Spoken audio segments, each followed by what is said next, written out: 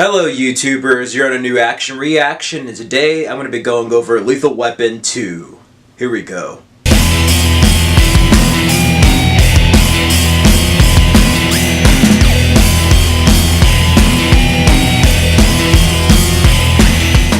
Lethal Weapon 2 is directed by Richard Donner. It stars Mel Gibson as Martin Riggs, Danny Glover as Roger Murtaugh, Joe Pesci as Leo Getz, Patsy Kensit as Rika Vandehaas, Joss Ackland as Arjun Rudd, Derek O'Connor as Pieter Vorsted. Riggs and Murtaugh are at it again in the sequel to the original Lethal Weapon, when a red BMW crashes while they are chasing it.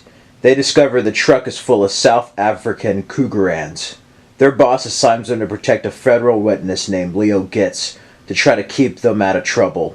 However, the South Africans are protected by diplomatic immunity. It is only when this witness reveals to them that he has already dealt with the smugglers that the trouble really starts. So yeah, that's pretty much what Lethal Weapon 2 is about. Now, Shane Black only did the story for this. The screenplay was written by Jeffrey Baum, and Richard Donner comes back to direct, and he also wrote it. Richard Donner, of course, did the original Lethal Weapon, Maverick, and also did the original Superman movie with Christopher Reeve. And they come back, and so does Mel Gibson and Danny Glover, reprising the roles of Riggs and Murtaugh. And this picks up a couple of years after Lethal Weapon 1. And they have this huge chase sequence at the beginning of the film. It is spectacular, just like about a 10-minute car chase with like different police officers and this red BMW. Two different cars are getting away. And one of the cars crashes and all these Krugerrands are available. There's even a helicopter assault and one of the guys getting away, but they figure out they have these Krugerrands, which are pretty much illegal. And the whole thing really is them investigating these South Africans who are causing trouble in Los Angeles, but the problem is that they have diplomatic immunity. They're untouchable. They cannot arrest them even though they have proof. And that's where the real trouble lies. So Riggs and Murtaugh are pretty much at it. They caused all this property damage. The captain needs to keep his job, so he's like, you know what, you two have caused enough damage. Take care of this man who's under witness protection program, and it's Leo Getz, and that's when we have the addition of Joe Pesci. And you find out that he actually dealt with these South Africans, and that's when the plot begins to thicken. And ultimately, Lethal Weapon 2 is one of those rare sequels that is just as good, if not better, than the original film. I mean, a lot of films have a great original, and the sequels always try to do a paint-by-numbers where they just recopy the same plot and try to capture that same magic. This one actually elevates it a bit more, has a totally different story, and you get more character development with Riggs and Murtaugh, not only in their partnership, but as individual characters, and it's great. I love it. It's one of the best action sequels ever made. It's just one of the best sequels. It does what a sequel should do. It is be better than the original movie. Now, it does lack a little bit of that human element, as far as like just the grittiness and kind of the dark nature of the first film. There's a little bit more comic relief and humor, but it is still a very, very, very serious and violent movie, much like the first, especially compared to its successors 3 and 4. Lethal Weapon 2 still has an edge. It's still in the 80s. It came out in 1989, and it's awesome. Pros. What I like about this: Mel Gibson and Danny Glover are perfect. They are Riggs and Murtaugh. It's that chemistry that makes these films. And you get more of that. You get more of them just together on the job. And I love it. Like, his wife's car is brand new. And he's like telling Riggs, there's not enough room. It's like, there's enough room. And he like wrecks the car. And then Riggs is like, damn, you're right, there wasn't enough room. And just humor like that is funny. The part with a toilet bomb.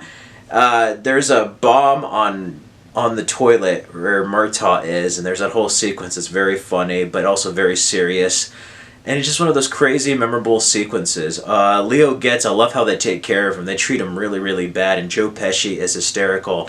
If there is an award to be given for comic relief, he should get it, because like that is one of his best roles, and it's just funny, and it's just completely different from Riggs and Murtaugh in every way. But most of all, besides that, I like how you get more character development with Riggs. He's no longer as depressed as he was in Lethal Weapon. He's not as suicidal. He's still a bit crazy, but there's definitely more to live for in this. And they also have a love interest in this film with Rika. And that's also nice to see because he lost his wife, and Rika and him kind of have a romance in this, and it's nice seeing that side of Riggs. It's a different side of him than what we saw in the first film. Murtaugh has a little bit more to do, and I also like the police station. There's much more police officers in their homicide department and the detectives, and you sense that camaraderie there and ultimate support, and how much of it is not as a family, just with Murtaugh's family, but like the police there as a family. And I like seeing more of the department than just Riggs and Murtaugh. That was a nice element. And it's also something that really is effective when the third act comes to play. But yeah, they basically take care of Leo Getz. He knows the South Africans, and Riggs and Murtaugh are pretty much harassing them, but they have diplomatic immunity, but they just need to figure out a way to bust them. And that's when it gets complicated. The South Africans pretty much threaten Murtaugh and his family, like in the middle of the night, said, "Don't come after us anymore, we're gonna kill you." So the stakes are pretty high from the get-go, but it's when they start targeting police is when the film gets really, really, really crazy.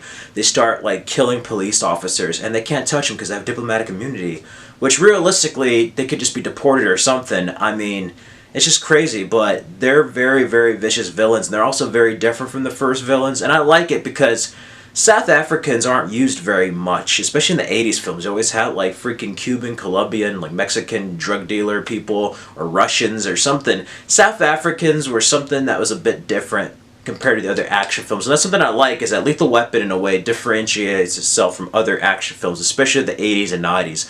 And that's what makes it stand out and still hold up pretty well today, in my opinion, is how different it is from other films and how grounded the characters are.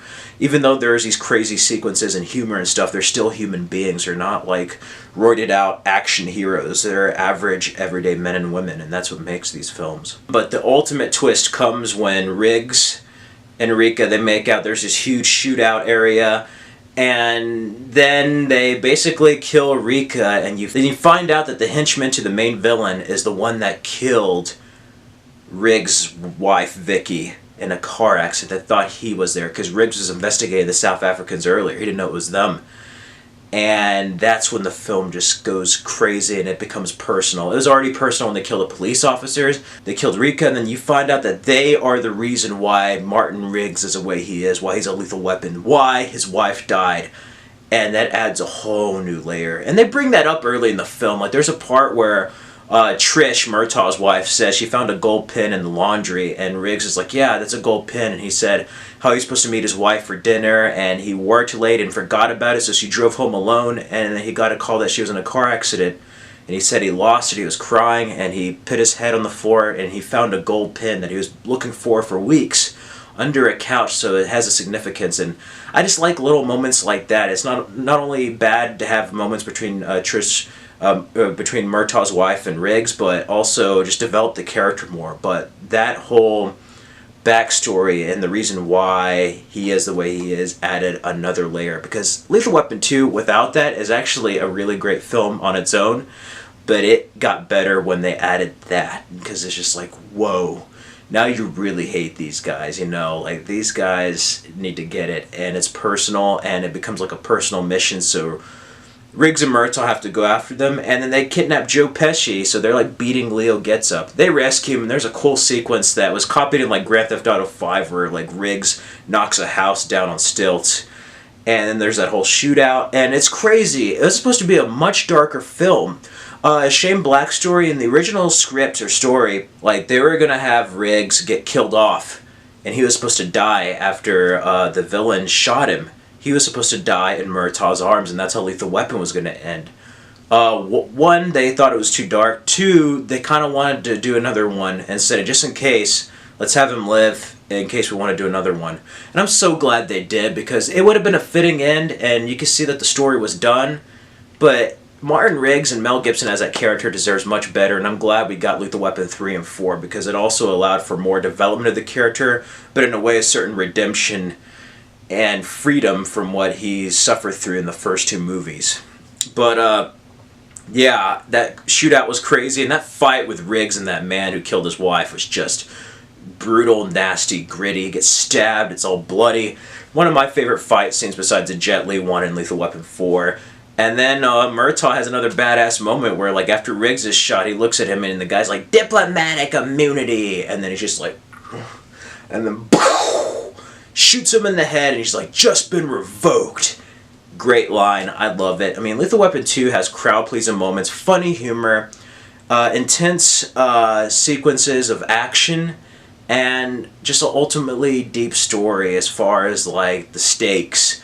And I like it. It's the best blend of the whole films. It had the right amount of humor, the right amount of seriousness, the right amount of action. Everything felt perfectly balanced in this installment. So if I had to give Lethal Weapon 2 a score on my action reaction, I would give it a 5 out of 5 and an A. And that goes for both the theatrical cut and the director's. This director's cut doesn't add as much as the other ones. A few scenes here and there, and then a little bit more on the helicopter shootout at Riggs' trailer. Other than that, not much. But yeah, if there's any cons, it would be maybe a little bit too much of the humor. And it kind of was a little bit less serious, even though it was serious in moments, than the first one. But it's not a bad thing. It's just a different movie, and I liked it for that. It made progress and more development on the characters and story of this universe. And then I wonder, wow, okay, I can understand diplomatic immunity, but when you kill like half the police force, I'm like, you could be deported or something. They could have done something to get them out of there. That's my one complaint. And then two, after they make out with Rika, he saves her. He takes her to the apartment where the bad guys know she's there, so that's how they get her and him. It didn't make sense to me why they didn't go to the police station, like, at least for that night. But those are just minor cons. Other than that, Lethal Weapon 2 is one of those rare action sequels that is just as good, if not, in my opinion, better than Lethal Weapon. And Lethal Weapon's a pretty damn good film. I mean, I love this whole series. Richard Donner really knows how to direct action. I mean, he did the best Superman film still to date, in my opinion, of Superman the movie. So he knows how to do action. You could definitely tell what he learned from the first. There's certain moments that are like the first, like when the part where he jumps, there's a part where they goes and crashes a guy through a window, and there's that swimming pool part Leo gets. And yeah, I love the dynamic between Danny Glover and Mel Gibson in this. It's the definitive buddy cop action film. It's what defined it for other films in the future, for Rush Hour and many more afterwards. If you haven't checked out Lethal Weapon 2, definitely check it out. And if you haven't checked out any of them, check them out. You don't have to watch them in a specific order. Just check out any Lethal Weapon film. They're all great. They have their own story. And yeah, Lethal Weapon 2 is by far one of my favorite action sequels and one of the best sequels of the 80s. So yeah, if you haven't checked out Lethal Weapon 2, check it out. And if you have checked out Lethal Weapon 2, let me know your thoughts down below. What were your favorite moments? What is your favorite Lethal Weapon film? Just let me know in the comments below. That is just my quick little action reaction for this film. I could have gone through more detail. I know I want to talk about more, but that's just a quick action reaction. And yeah, look forward for my next two action reactions in which I'll go over Lethal Weapon 3 and Lethal Weapon 4. Anyway, that's it for this action reaction. If you like this video, feel free to like, comment, subscribe. Check out my other stuff. I have 2 Logan movie reviews, Wolverine. So yeah, definitely check those out. And Lethal Weapon 2 is a blast and just has the right amount of everything.